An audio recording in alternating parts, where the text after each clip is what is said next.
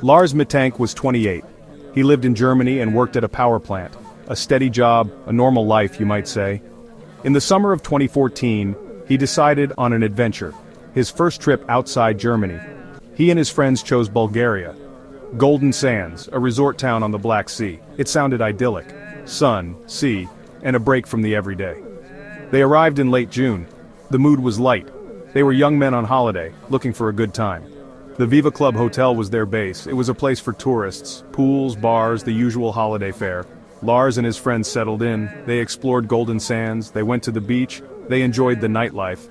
Lars was a fan of Werder Bremen, a German football club. This detail, seemingly small, would later surface. For now, it was just part of who he was. A young man like any other, enjoying a new experience.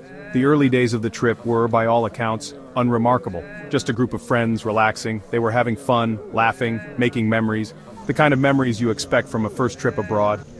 The Bulgarian coast offered a vibrant backdrop, the Black Sea shimmered, the resort buzzed with summer energy.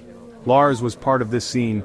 He was absorbing the new culture, the different surroundings. It was all new, it was all exciting. He wasn't a seasoned traveler, this was a big deal for him, a foray into the unknown but with the comfort of friends by his side.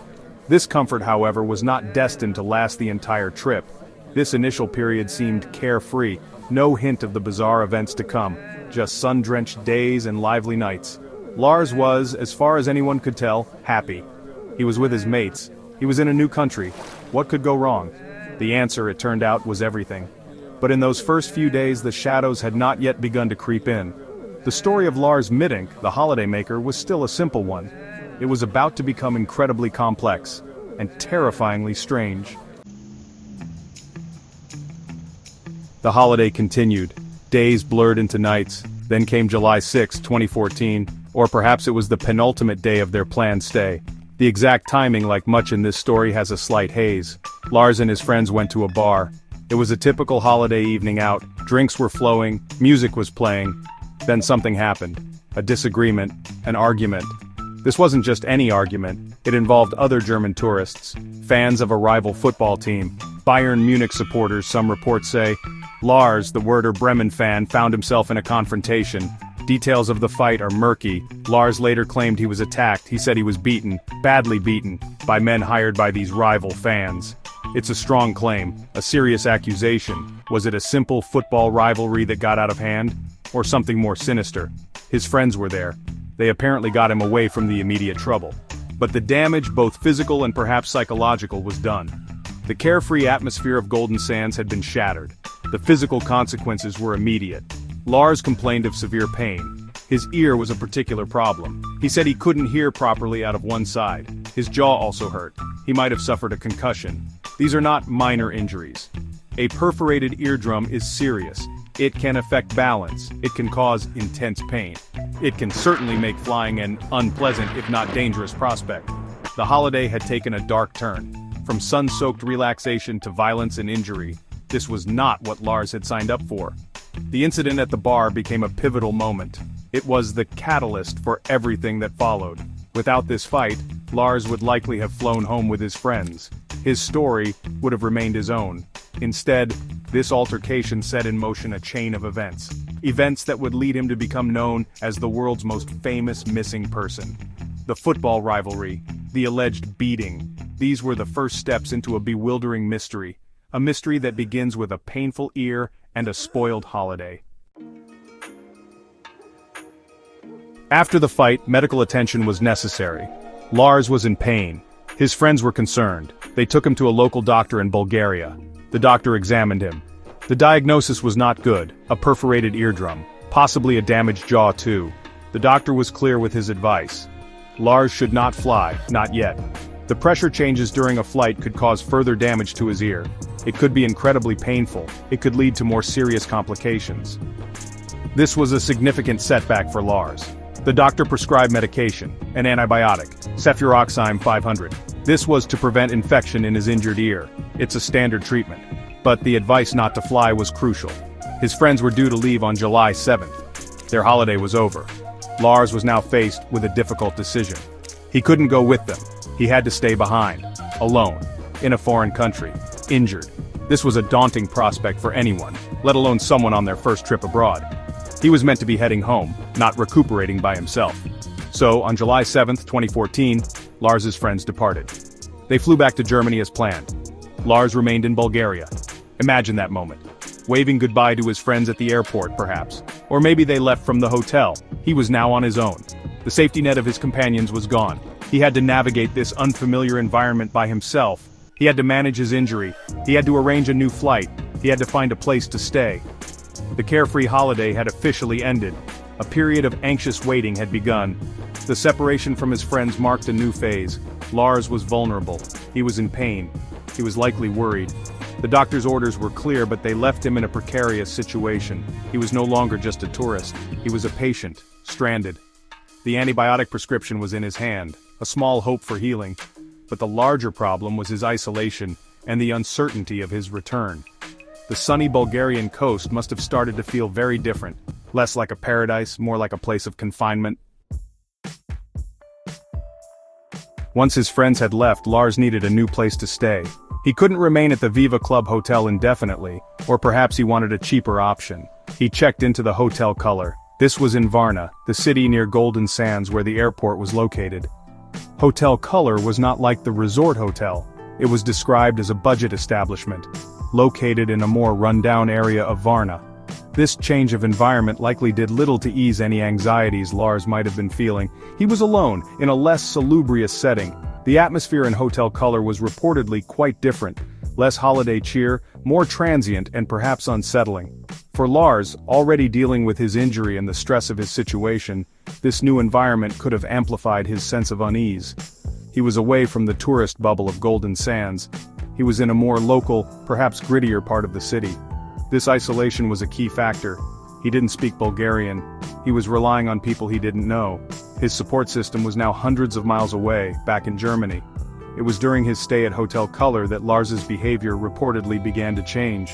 The exact timeline is difficult to piece together with absolute certainty, but it seems the solitude and the unfamiliar surroundings started to weigh on him. He wasn't just a young man waiting for his ear to heal. Something else was happening, a shift in his mental state. The seeds of fear, perhaps sown by the earlier altercation, began to sprout in this new, lonely environment. What he did next was deeply concerning. He was supposed to be resting, recovering, waiting for medical clearance to fly home. But the Hotel Color became a stage for a different kind of drama, a drama that hinted at a growing inner turmoil. The cheap hotel room, the unfamiliar city sounds, the absence of friendly faces. All these elements contributed to the strange turn his story was about to take. He was no longer just dealing with a physical injury. A psychological storm appeared to be brewing, and he was facing it entirely alone. It was from Hotel Color, in the dead of night, that Lars Mittank made a frantic phone call. He called his mother, Sandra Mittank, back in Germany. This was not a calm, reassuring call. It was a call filled with terror. Sandra must have been horrified. Her son, alone in Bulgaria, was telling her he was in danger. He whispered. He sounded agitated. He said he was being followed. He claimed that people wanted him dead, or that they were trying to rob him. These were alarming statements. Lars told his mother that he had hidden. He didn't feel safe. He begged her to cancel his bank cards. He believed someone was trying to access his money. He mentioned 4 men. He seemed convinced these men were after him. Were these the same men from the bar fight? Or was this something new? His fear was palpable, even over the phone line. Sandra tried to calm him. She tried to understand what was happening, but Lars was clearly in a state of extreme distress. He believed his life was in imminent peril. This call is a crucial piece of evidence. It points to a profound shift in Lars's perception of reality. Was he genuinely being threatened, or was he experiencing some form of paranoia? His mother, helpless from afar, could only listen to her son's panicked words. She must have felt an overwhelming sense of dread. Her son, who had gone on a simple holiday, was now describing a nightmare scenario. He was scared, he was alone, and he believed he was being hunted. The details he gave were sparse but chilling. He mentioned something about the medication the doctor had given him. He asked his mother to research it. He seemed to be looking for answers, for an explanation for what was happening to him, or perhaps he feared the medication itself. The conversation was disjointed, filled with fear. It left Sandra Mittank deeply worried. Her son was not behaving like himself. Something was terribly wrong in Varna, and she was too far away to help him directly. The fear Lars expressed to his mother was also visible to others, or at least, to the unblinking eye of technology. CCTV cameras at the Hotel Color captured his behavior during those unsettling hours. The footage is disturbing. It shows Lars pacing the hotel foyer. He appears agitated, restless, unable to settle. He wanders through hallways, looks out of windows as if checking for someone or something. He seems wary, suspicious of his surroundings. His actions are not those of a relaxed tourist. In one particularly strange sequence, Lars is seen hiding inside a lift, an elevator. He ducks into it and stays there for a period, as if trying to evade someone, or perhaps just to find a moment of solitude, a place where he felt unseen. The footage is grainy, silent, but it speaks volumes about his state of mind. He was clearly on edge. His movements were erratic. He seemed to be caught in a loop of anxiety and fear. The hotel, intended as a place of temporary refuge, had become a source of distress. This CCTV evidence corroborates his mother's account of his fear. It wasn't just something he said over the phone.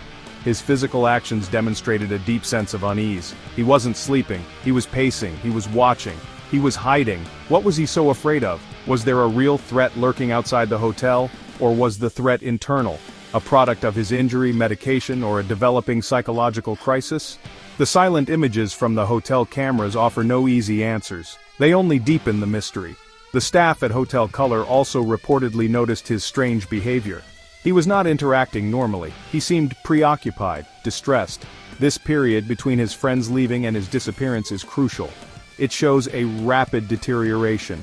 From a young man with a burst eardrum to someone who appeared to be fleeing unseen dangers. The hotel CCTV footage is one of the last visual records of Lars before he vanished, and it paints a picture of a man in the grip of something terrifying.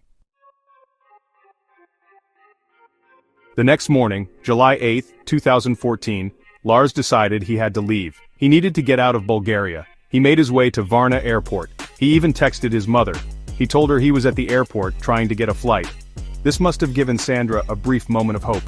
Perhaps he was finally coming home. Perhaps the nightmare was ending. Lars's primary goal at the airport was to see a doctor. He needed to be cleared to fly despite his ear injury. This was his ticket out. He found the airport clinic and met with Dr. Kostov.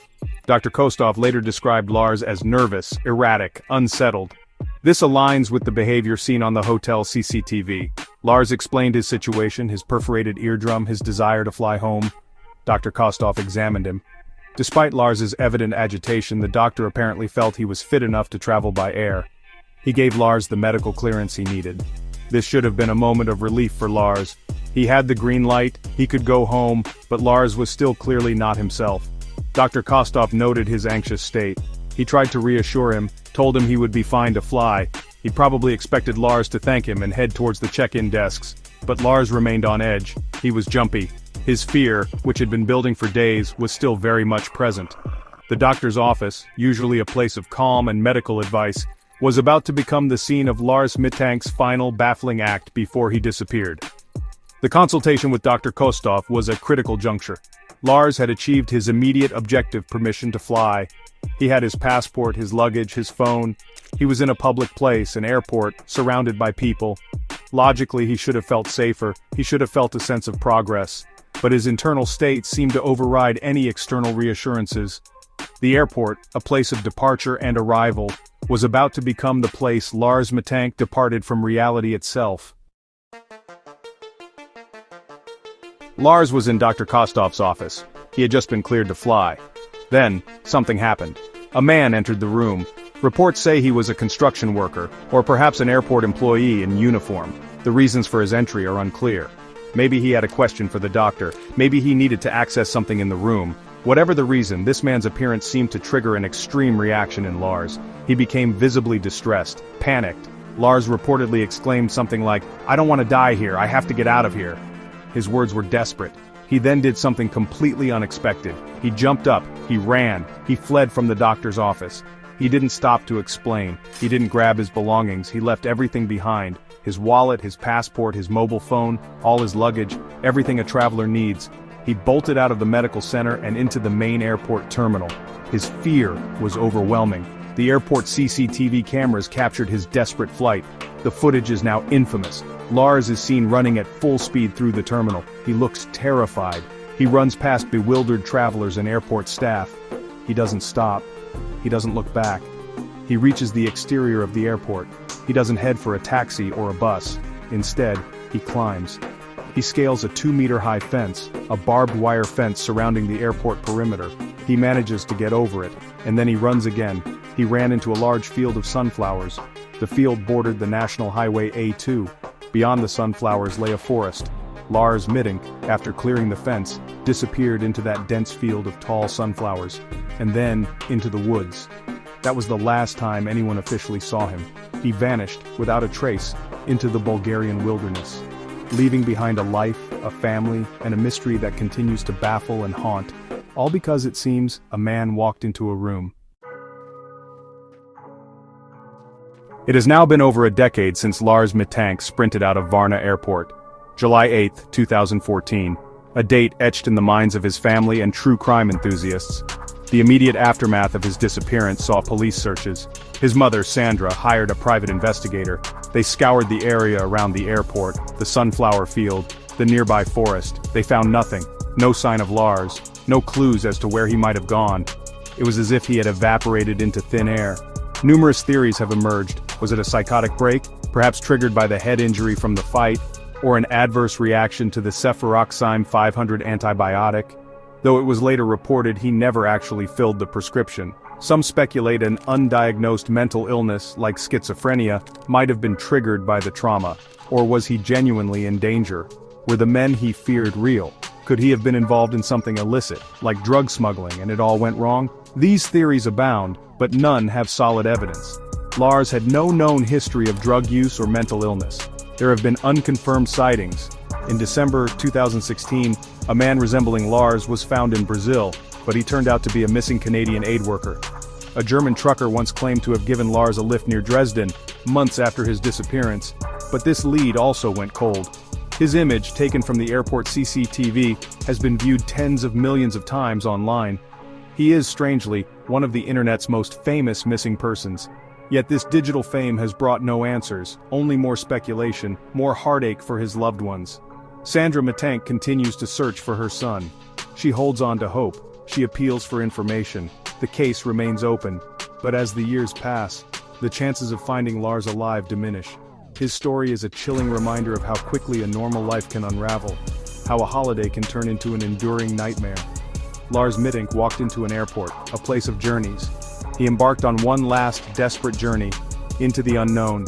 And from that unknown, there has only been silence. A haunting, persistent silence.